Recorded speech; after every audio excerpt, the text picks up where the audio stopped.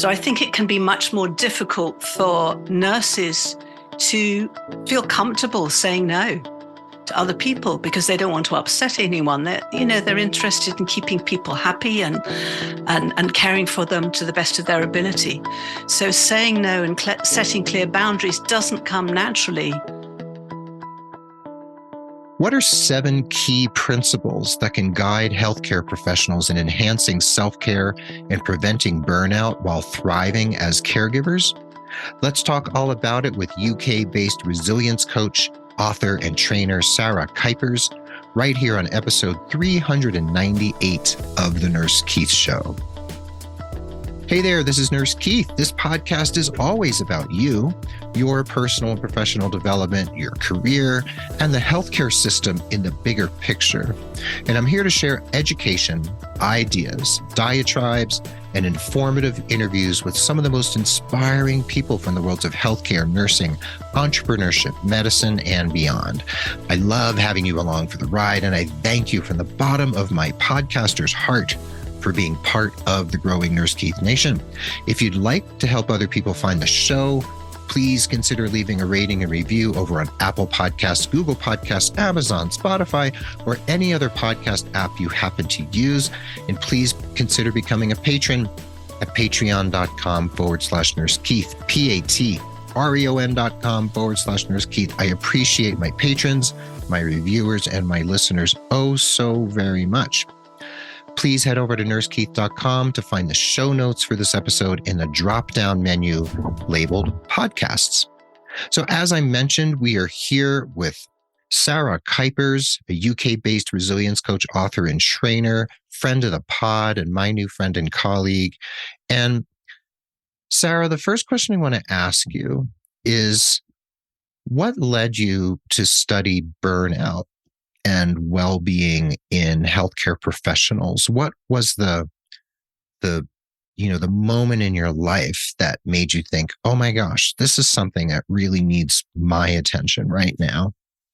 That's an interesting question because it was my own personal experience of burnout after working for many, many years as a healthcare professional.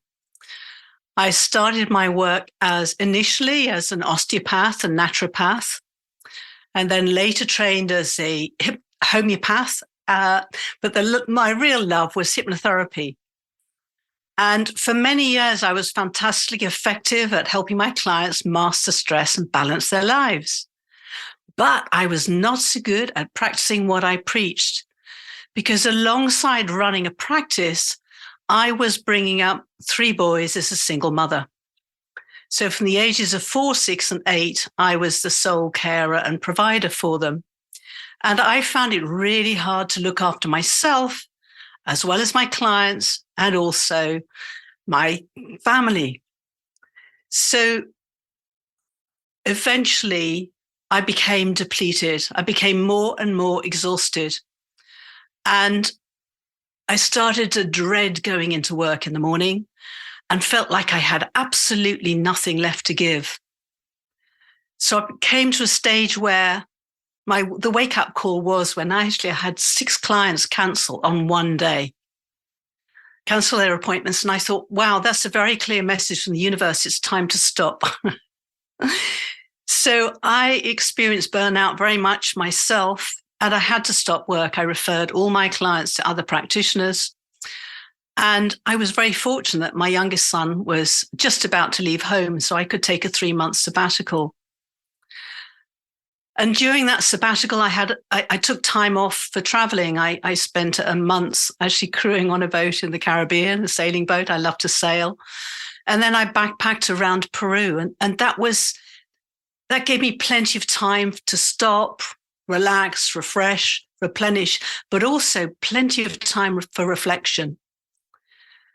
And I realized I wanted to understand more about what had led me to burnout, the deeper causes of what had led me to burnout. So on my return back to the UK, I decided I'd like to do a master's in research to study stress and burnout in health professionals. So my own personal experience of loving my work, being passionate about it and finding it so fulfilling, and then the scales tipping to where I had absolutely nothing left to give. I wanted to understand more about that. So after this period, and I can relate because I've told my own story of burnout here on the show a number of times, and I'm not going to bore the listeners with it again. However, after this period of introspection and travel, which sounds fascinating in and of itself, crewing a boat in the Caribbean, backpacking across Peru. I mean, you had some adventure, launched your children into the world. So you had a rich life. This prompted you to complete a master's in research to study stress and burnout in health professionals. And I've had a few other people on the show whose either doctoral dissertations or master's theses have centered on this too. Mm-hmm. In your own words, in your own experience, why is there this phenomenon of so many people saying, oh my gosh, we need to study this and really understand it and not just throw whatever it is at the wall and see if it sticks? We need to really get some meat on this, get to the core of what this is all about. So what was that like to enter into, higher education and look at this from the academic perspective? Well, I think I started from a very low base point because I knew absolutely nothing about burnout. In all the different trainings I'd done, I had never understood, I'd never learned what those core components of burnout were, for example. And so I didn't realize until I started to understand more about the specific components of burnout and how it can impact people, that actually I'd experienced far more in terms of burnout symptoms than I actually recognized at the time. So I think that this was quite a while, several years ago, and there's much more awareness about burnout nowadays and compassion fatigue. Mm-hmm. And, but I suppose it was my own personal journey. It was my own personal journey. And I decided that I didn't want to do a PhD in my research. The professor constantly invited me to do that. But I was really passionate about writing a book to share as much as I could about burnout in order to help other people making the same mistakes as me. So you really wanted to create a body of, you wanted to contribute to the body of literature. Yes. With your own perspective. Now, your book it's really wonderful. It's called The Thriving Giver: 7 Principles for Health Professionals and Caregivers to Enhance Self-Care and Prevent Burnout. And we also have you have a course coming up in early 2023, and we'll talk about that shortly. But these 7 principles seem to be obviously core to your approach.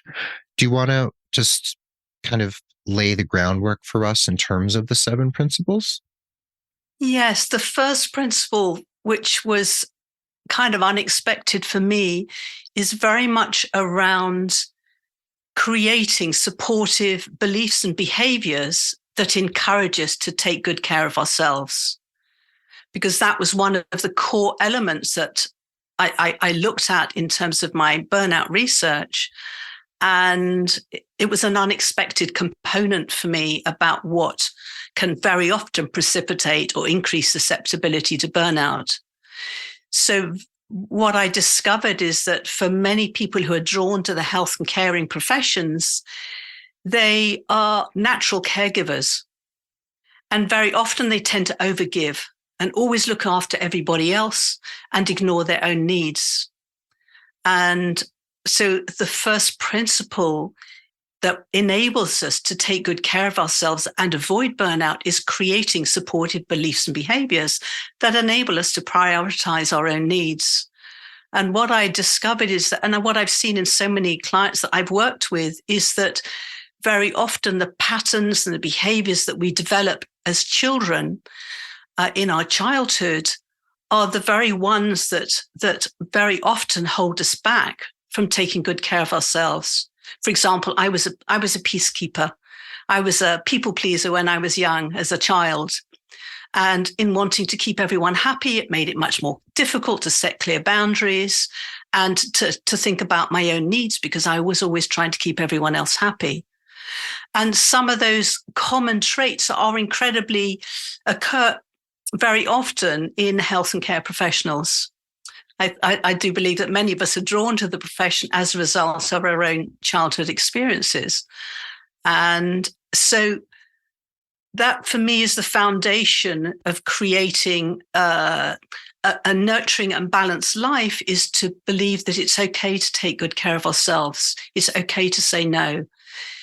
Self-care is essential for us as caregivers. It's not selfish at all. So the first principle is all around creating those supportive beliefs and behaviors that enable us to really nurture ourselves, and then we can give our best to those we are caring for to our families and our patients and our clients. Well said. Well said. And just as an aside, and this is just between you and me, not 1,000 people listening. Were you a middle child by any chance? I was actually, for many years, I was the youngest of three. Oh. And then many years later, my younger sister came along.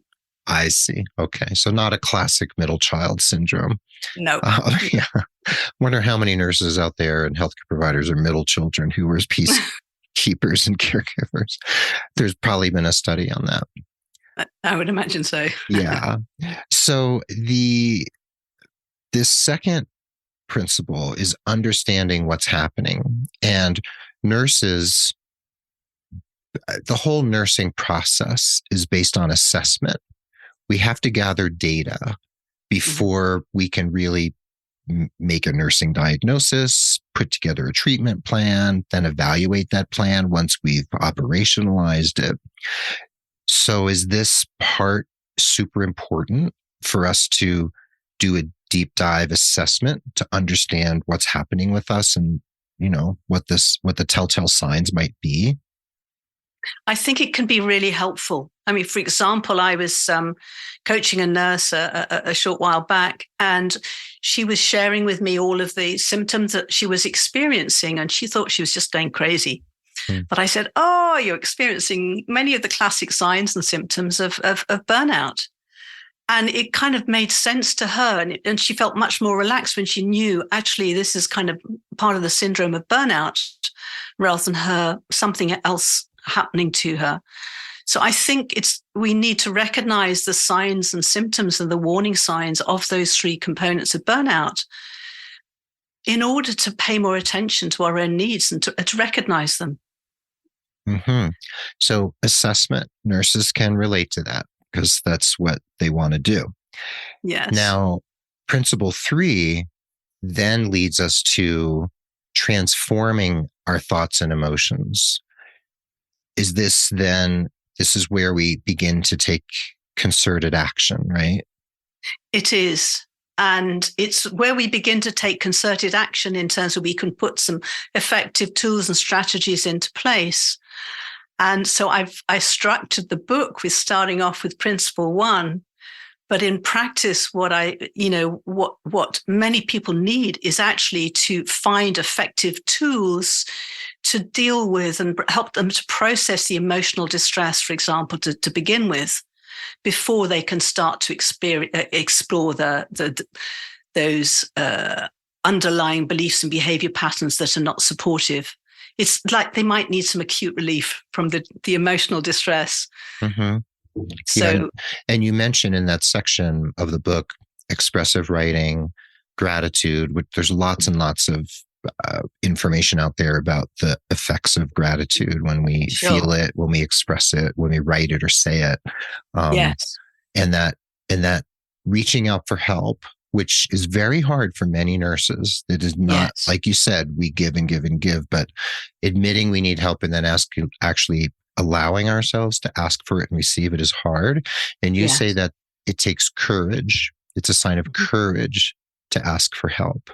Did you feel that when you were experiencing burnout, did you have to summon a lot of courage to admit what was happening and then ask for what you needed?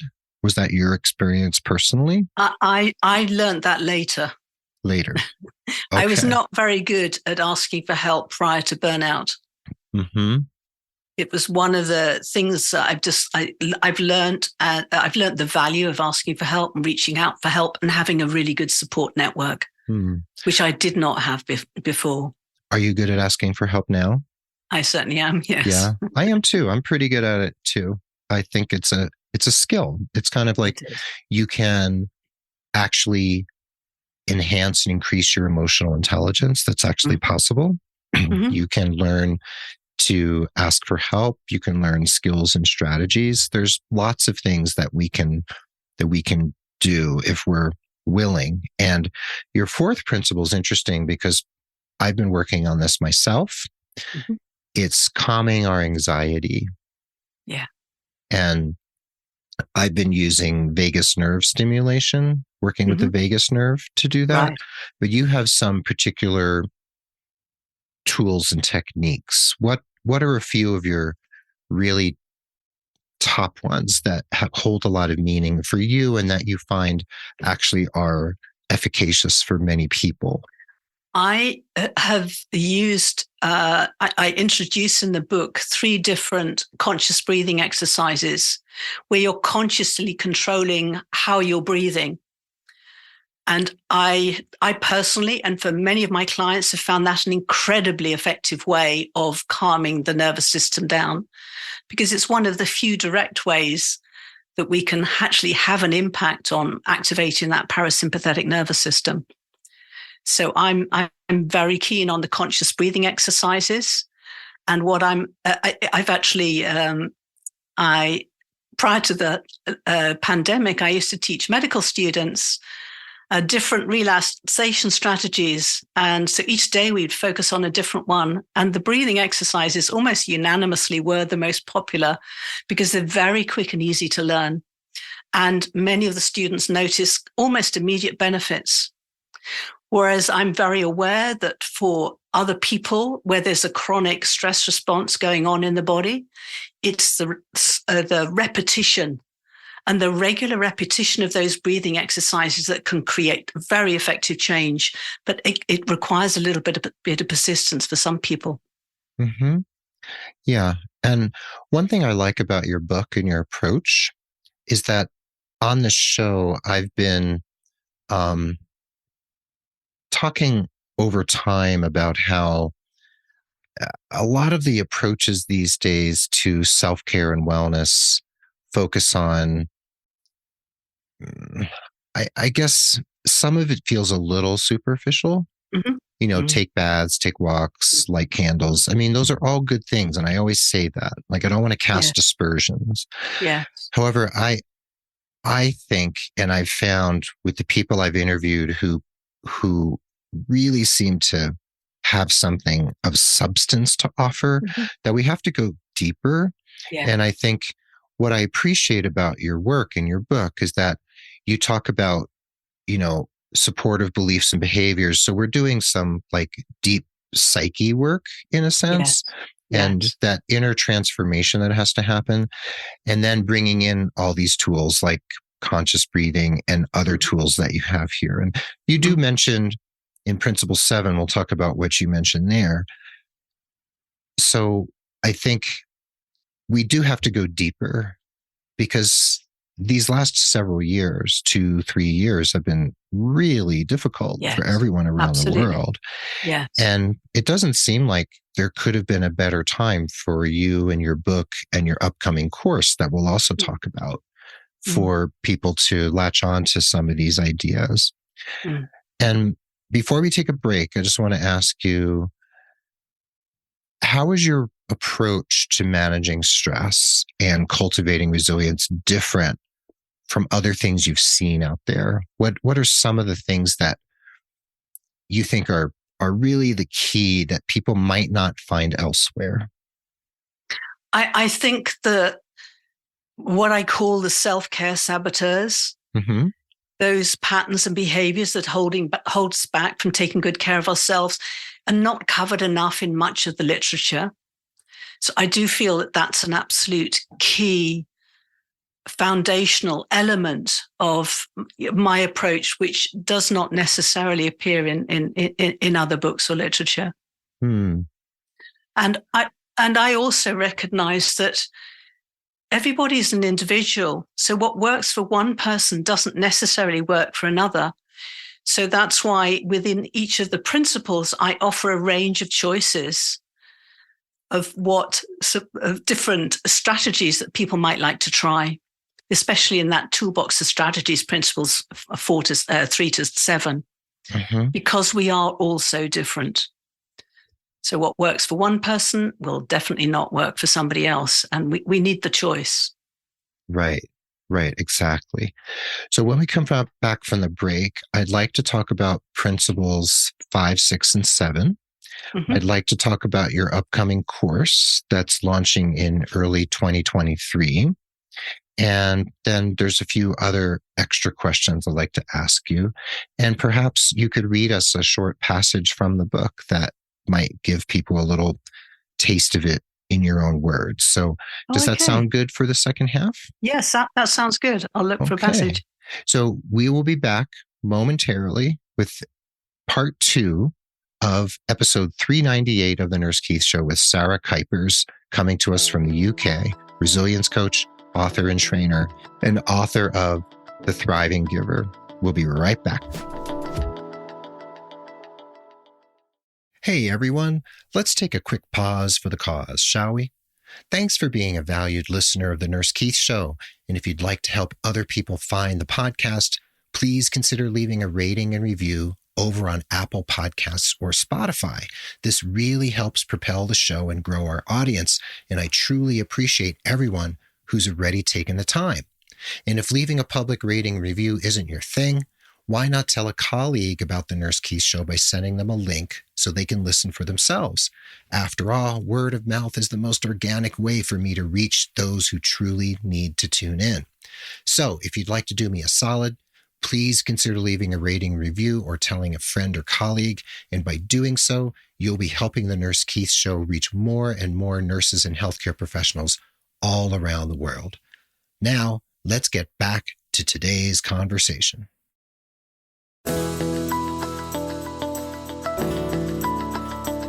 And welcome back to the second half of the episode. We're here again with friend of the pod and my new friend and colleague, Sarah Kuipers, coming to us from the UK. And Sarah, prior to the break, we were discussing the first several principles of your 7 principles. And number 4 is assertiveness, stepping into your power, something I've written about and talked about. And this, I believe, has a lot to do with taking control of our lives. And I like to say to people, to my clients, your career or your life can happen to you, or you can make it happen. And I think you would probably resonate with that. So what is it about Principle 5 and assertiveness that maybe is a little challenging for people like nurses, for instance? Well, as I understand it, and I've seen in myself and so many in the health and caring professions, is that when our priority is to take care of other people, it can become much more difficult to take good care of us, to set clear boundaries and say no to inappropriate or unnecessary requests. So I think it can be much more difficult for nurses to feel comfortable saying no to other people because they don't want to upset anyone. They're interested in keeping people happy and caring for them to the best of their ability. So saying no and setting clear boundaries doesn't come naturally to a lot of nurses. And it's been exactly the same with medical students I've taught and some doctors as well, that saying no can be quite a challenge for many of us. Can't it? Yeah. Super difficult when we're caregivers. And your book goes over learning to say no, developing skills and assertiveness. And I love this part, becoming the architect of your life, right? Not letting your life just happen to you, making it happen, creating transition rituals, and getting support at home, which oftentimes we go home from our nursing jobs where we're caregivers or for social workers or whatever. And then we care for everybody else once we get home. Our aging parents, our disabled spouse, our children, the neighbors, the community. Nurses do just a lot of things. They volunteer, which is all wonderful. It's wonderful. We need people like that. So I think you have a passage from the book that might relate to this particular principle fairly directly. Yes, I do. Tell us all about it. So as a nurse, Elizabeth worked tirelessly, looking after both patients and staff, but ignoring her own needs. She allowed managers to phone her on days off and worked extra shifts whenever they were short-staffed. With little time to stop, relax, and recharge, Elizabeth became frazzled and exhausted. One day when she started having palpitations and chest pains, and her legs felt like jelly, she went home and slept for 13 hours straight. Burnout forced her to stop, and she took 3 months off work.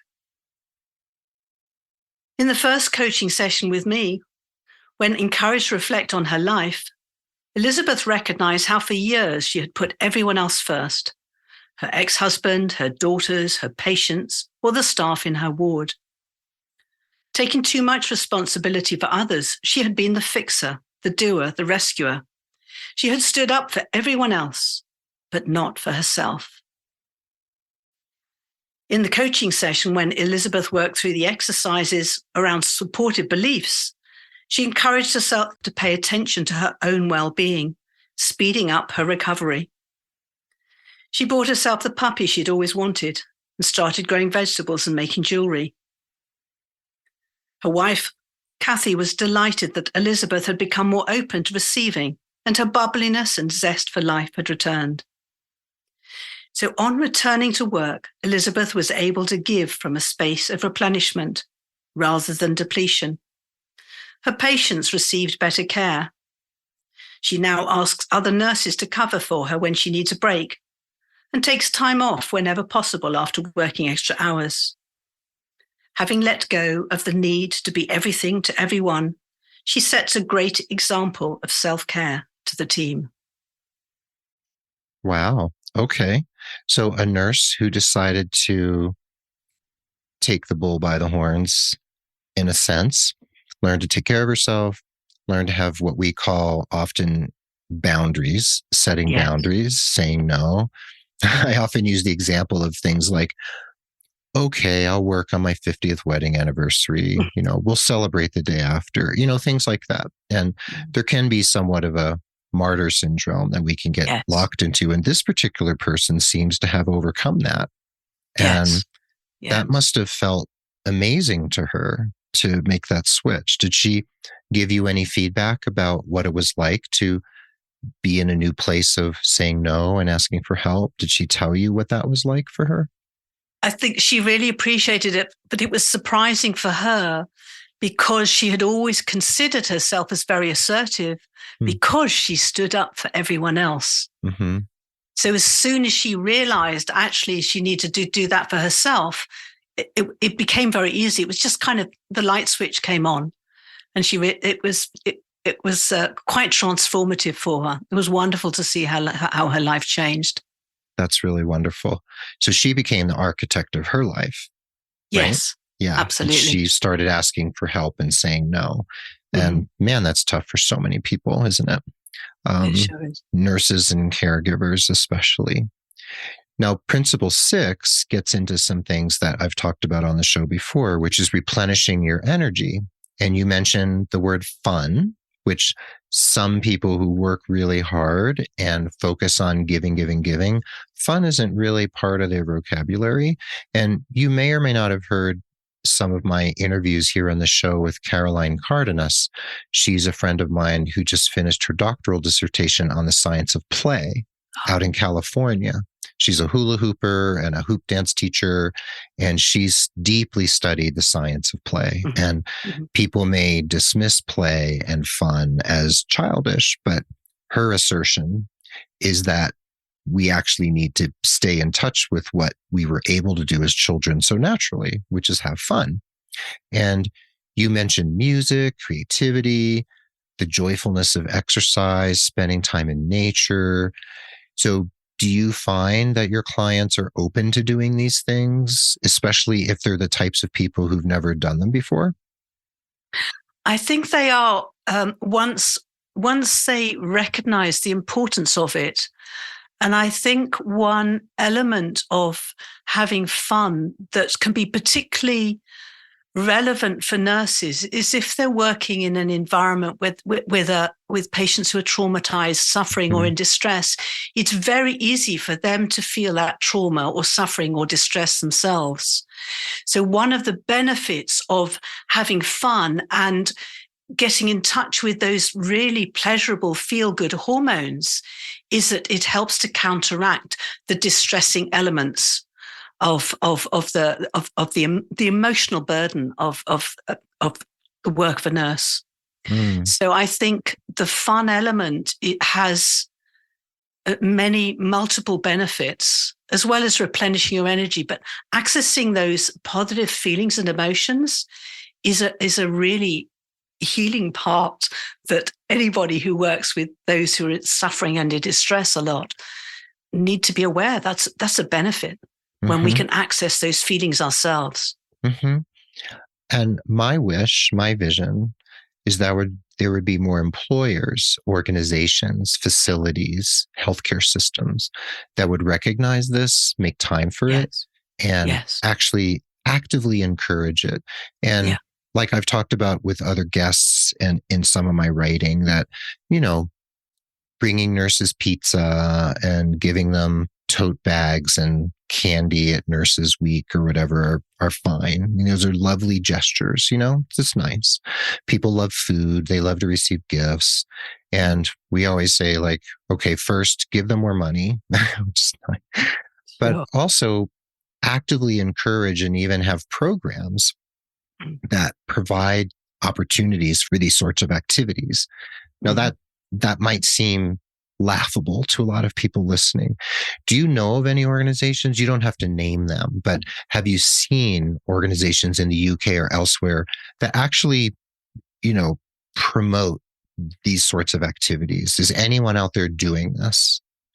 I haven't heard of many doing it in hospitals. I know one doctor that I met who used clowning, and he found that really beneficial for himself. And in fact, the skills he learned, he found helpful for certain patients as well. So kind of just a different way of being spontaneous in interacting. So I really would love the idea of bringing this more hula hoops or whatever the fun activity is. Laughter yoga can be another one that would be very easy to implement. So I'm very supportive of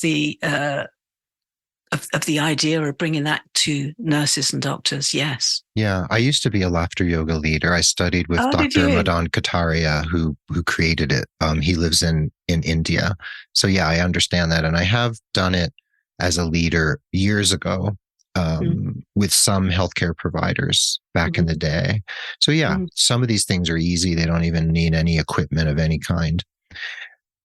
But it's, when healthcare runs on money and profit, and a not-for-profit or non-profit hospital doesn't mean they're not interested in money. Part of that is just a tax status. So sometimes there's not that much difference.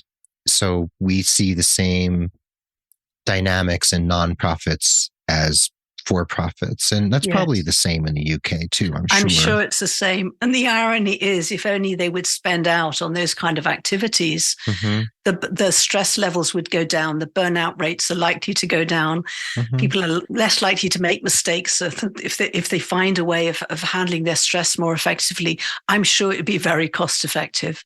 I'm sure. And if we look at the cost of onboarding and training and orienting a new nurse has been, I've heard it said it can be, in terms of person hours, the value of that can be $40,000 to $50,000.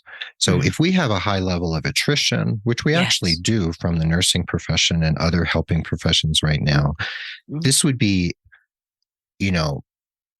we could spend $1 to save 3, probably. Absolutely. if we put that Absolutely. together, or British pound, and rather than a dollar. So we know this. And then, principle 7 goes to another area, which Mm-hmm. many people do talk about, which is nourishing the spirit. And Yes. tell us your take on nurturing the spirit. I believe that when we nurture that deeper part of ourselves, it's another way of a kind of keeping off our own flame alight. Mm-hmm. And my experience of nurturing the spirit was when I did a lot of meditation myself Mm-hmm. and those spiritual practices.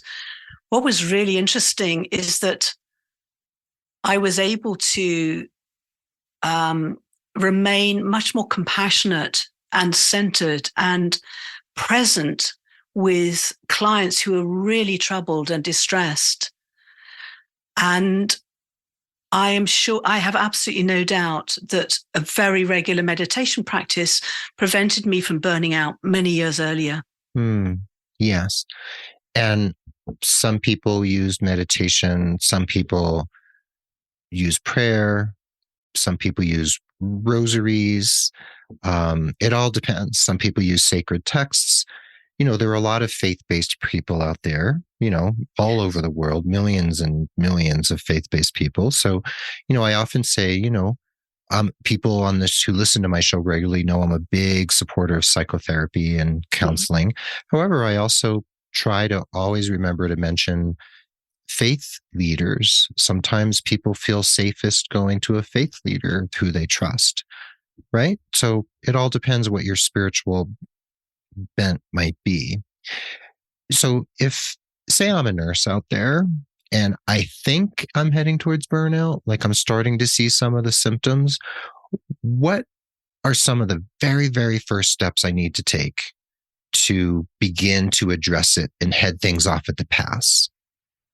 I think the first thing is reach out for help, and also have honest conversations with your family or your partner, mm-hmm. or your colleagues. Mm-hmm. Because we often think that other people understand what we're going through, but they don't necessarily. So we might need to spell it out more clearly that actually I'm at the end of my tether. I have nothing left to give. And so I need more support. So honest conversations, I do believe, are a really important part of it. And by developing the awareness of what's happening within yourself, you'll be more aware of what areas of your life need attention. How is the stress or how is the burnout affecting you? If it's primarily emotional, then you might need some tools to support yourself emotionally.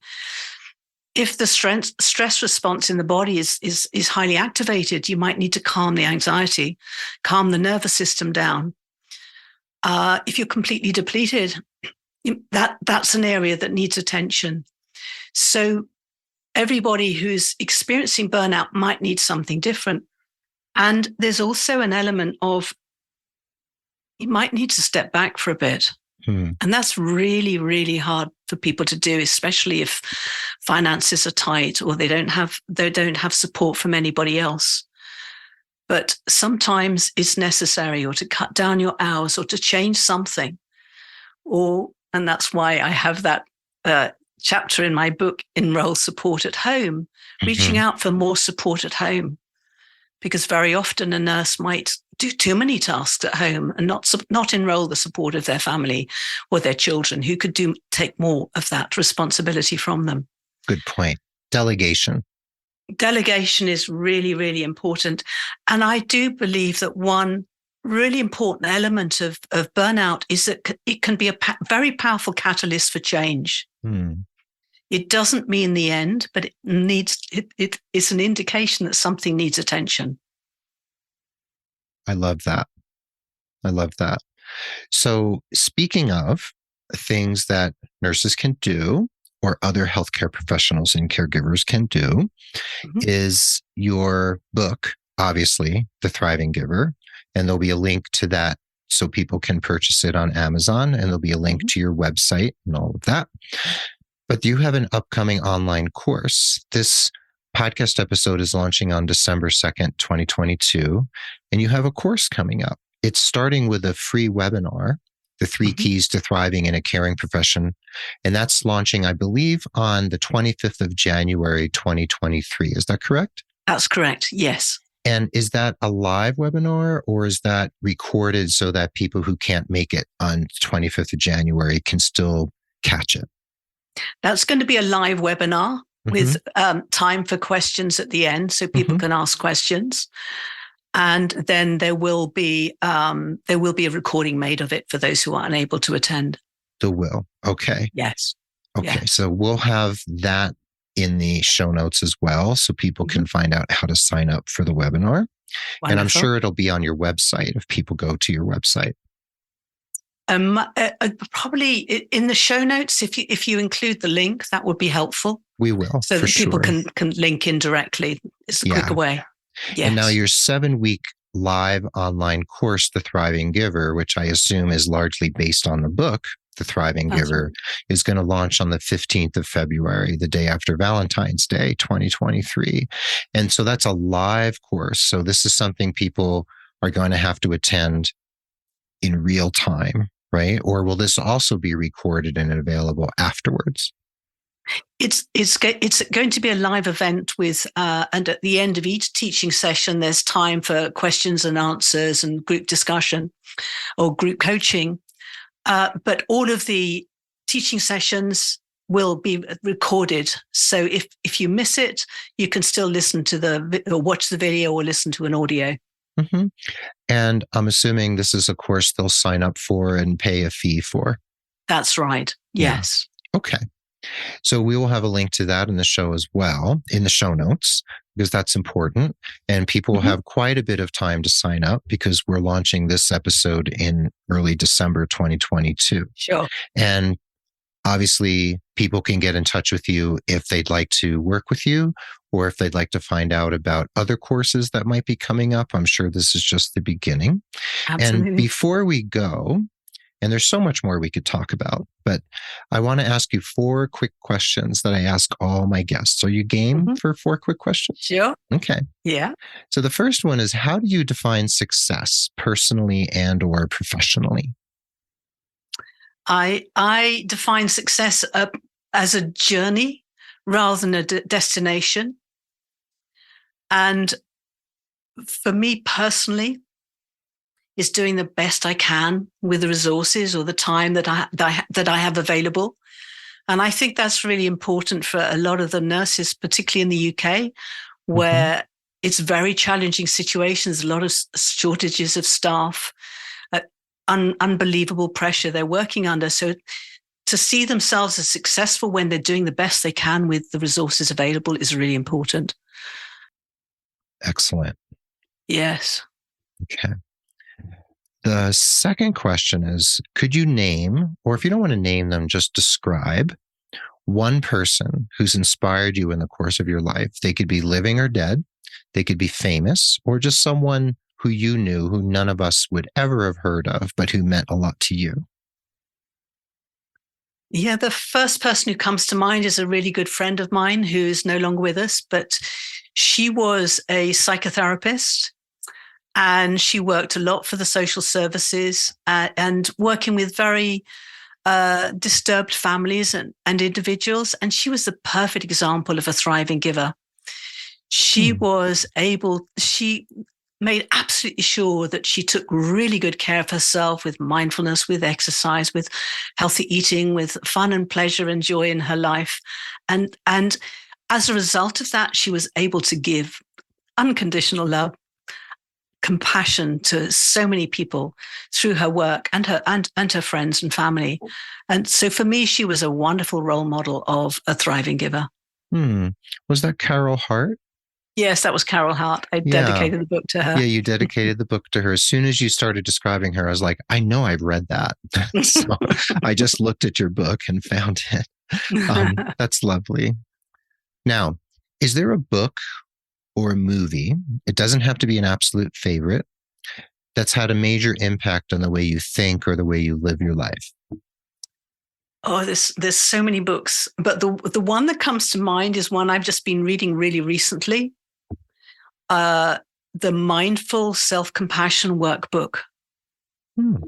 And I found it very inspiring as a way of, a kind of a different way of thinking about self-compassion and compassion for ourselves, and allowing ourselves to feel and experience whatever the feelings or emotions we're experiencing in that moment. And the book also has different audios that you can listen to. So I have found that a very powerful tool that I do believe that many people might benefit from.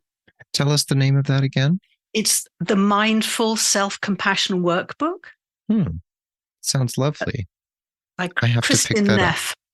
The Mindful Self-Compassion Workbook. I think I need to pick that one up. Thank you so much. That's a good one. I should probably at some point put together a list of all the books and films that my guests have recommended in this segment of the show, because I think it would create this little library that would be really fascinating. I'm going to try to remember to do that at some point. Okay. Last but not least, what's a piece of advice you would give 18-year-old Sarah right now in this very moment, whether you think she'd listen or not? Trust yourself and know that it's okay if you don't keep everybody happy. That was such an important lesson for me when I was younger. And it's okay to be true to yourself and follow your heart. Very nice. I bet she'd listen. I hope so anyway. So if people want to find you, they can go to the show notes, and then they can also go to sarahkuipers.com, and it's SarahKuipers.com. So if that's hard for you to spell, just head over to the show notes. You can also go to facebook.com/The Thriving Giver and Instagram.com/The Thriving Giver. And you're also on LinkedIn, so people can find you there, and it'll all be in the show notes so that people can find you. And I can't thank you enough, Sarah, for reaching out to me from the UK and asking if you could come on the show and talk to us, and for sending me a copy of the book. I appreciate that so much. And it's really been lovely. And I hope people who are listening will take advantage of the book, the free webinar, and also the 7-week course that's coming up in February of 2023. So thank you so very much. Thank you, Keith. Well, there you have it. Thanks for listening to this episode of The Nurse Keith Show. The show notes will be over at nursekeith.com, where you can learn all about Sarah Kuipers, her book, her webinar, and her upcoming 7-week course, The Thriving Giver. I hope you feel uplifted, empowered, inspired from this episode. So take some of these actions, take a little bit of interest in the things that Sarah has shared. Maybe you can integrate those into your life right now, today. If you need personalized holistic career coaching to elevate your career, look no further than nursekeith.com. Mention the show and you get a 10% off your first coaching package. And if you become a patron at Patreon, I'd really appreciate it. Even $2 a month would be awesome. I love my patrons and greatly appreciate everyone who contributes every month. We're a proud member of the Health Podcast Network at healthpodcastnetwork.com, where you can find many awesome podcasts in the healthcare and helping field in science and tech realms that will just blow your mind. So lots of things to listen to at the Health Podcast Network. We're produced by Rob Johnston of 520R Podcasting, and Mark Cappy-Speason is our stalwart social media ringmaster. Before we say goodbye, I'll leave you with this quote by poet and writer David White. One of the keys to any possible happiness in work must be the little self-knowledge it takes to know what we desire in life, how we are made, and how we belong to the rest of the world, which I think works very well with your work, Sarah. Fits perfectly. Wonderful quote. Be well, dig deep, seek joy, keep in touch. This is Nurse Keith saying adios till next time from beautiful Santa Fe, New Mexico, and my friend and colleague Sarah Kuipers saying arrivederci from Hampshire in the UK. Hampshire in the UK. Thank you so much, Sarah. Thank you to everyone for listening, and we will catch you on the proverbial flip side.